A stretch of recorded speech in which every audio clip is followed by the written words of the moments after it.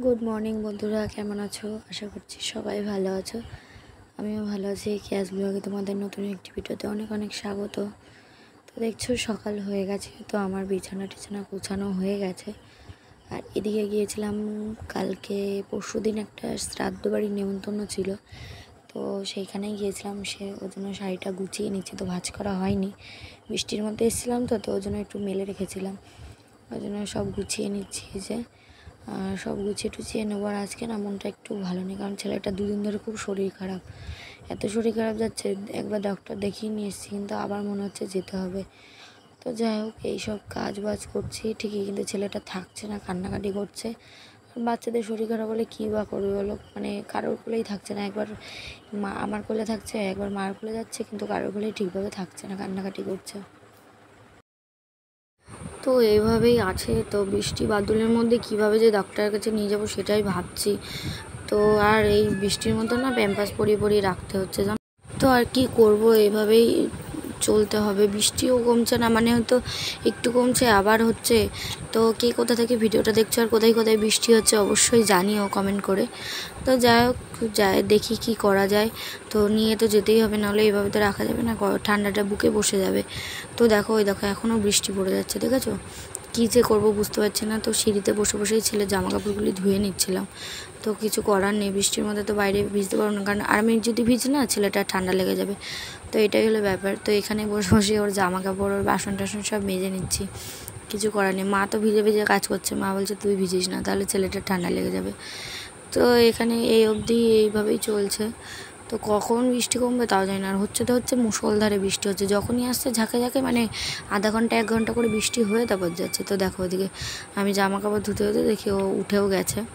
তো মা যে চলে এসছে। আর দেখো ঠান্ডা, শরীরটা ভালো না, তো মানে কিছু ভালো না, চুপচাপ শুয়ে আছে, কোনো কিছু খাচ্ছে না দাচ্ছে না, খালি কান্নাকাটি করছে। চুপচাপ শুয়ে, যে ছেলে আমার এত হাসি খেলা করে বা এত লাফাঝাপা করে, কোনো দেখো চোখ মুখের অবস্থা দেখেছো কী হয়ে গেছে? দেখো ওর ডান চোখটা না, দেখেছো কেমন ফুলে আছে? ডান চোখ না, সরি, ওটা বাঁ চোখ।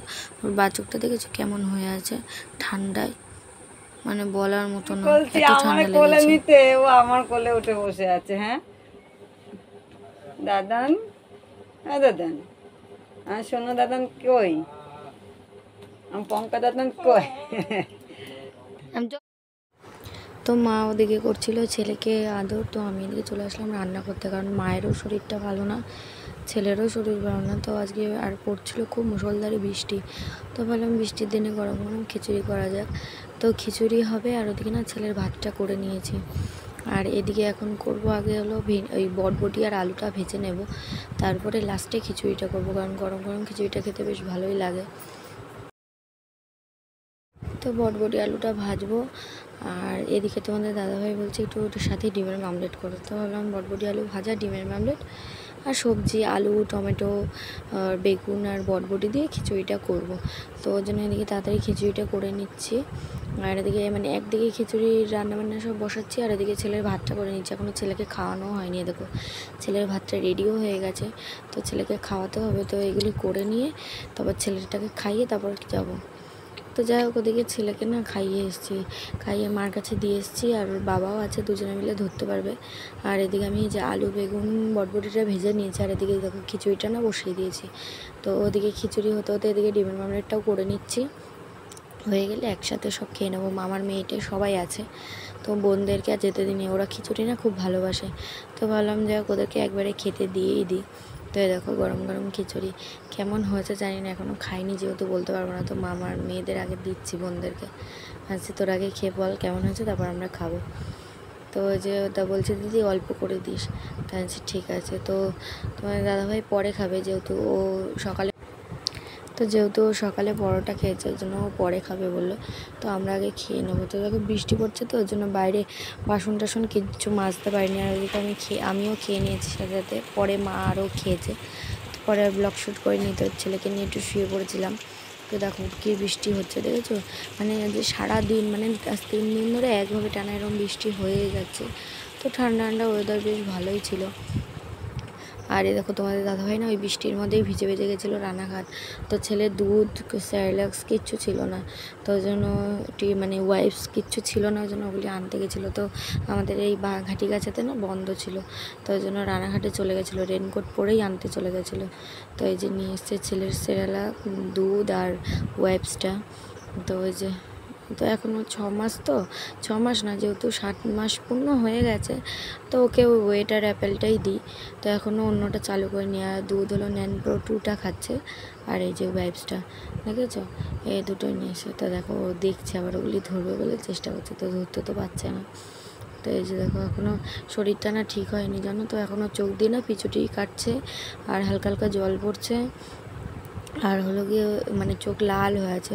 তো ডক্টর দিয়েছে ওষুধ টষুধ, আর এই দেখো এই যে এই ভিটামিন ওষুধটা দিয়েছে। তো এটা এমনি ভিটামিন দিয়েছে, মানে আগের সপ্তাহে চেক আপে গিয়েছিলাম, তো সেই জন্যই দিয়েছে। আর এই যে ওকে এখন মানে খাওয়ানোও হয়ে গেছে, তো এখন ওষুধটা ওকে খাইয়ে নেব। তো 2টো ওষুধ দিয়েছে, একটা অ্যান্টিবায়োটিক দিয়েছে, একটা কাশির দিয়েছে। তো এর আগে ঠান্ডার একটা, কাশির একটা দিয়েছিল। তো যাই হোক, এখন এই ওষুধগুলি ওকে খাইয়ে নেব। তো খাইয়ে নিই, আর ওষুধ না ও একদমই খেতে চায় না জানো তো। ওষুধ এই যে এই অ্যান্টিবায়োটিকটা দিয়েছে জানো তো, আর এই যে 5 দিন লিখে দিয়েছে। আর এই যে এই ঠান্ডার, আর এটা হলো জ্বরের ওষুধ দিয়েছে, প্যারাসিটামল, সুমল। আর এই যে এই কাশির ওষুধটা দিয়েছে। এই কাশির ওষুধটা এর আগে 5 দিন দিয়েছিল, আরও 5 দিন খাওয়াতে বলেছে। তো এইভাবেই চলছে ঠাকুরের আশীর্বাদে। জানি না কবে কি আবার, ছেলেপেলে শরীর ভালো না থাকলে না ভালো লাগে না জানো তো, খাচ্ছে না দাচ্ছে না কিচ্ছু না, তো এইভাবেই চলছে। তো যাই হোক, আজকের ভিডিওটা এই পর্যন্তই, মানে যতটুকুনি পারছি শেয়ার করছি তোমাদের সাথে। তো সবাই পাশে থেকো, সাপোর্ট করো, আর এভাবেই পাশে থেকো। তো আজকের ভিডিওটা এই পর্যন্ত।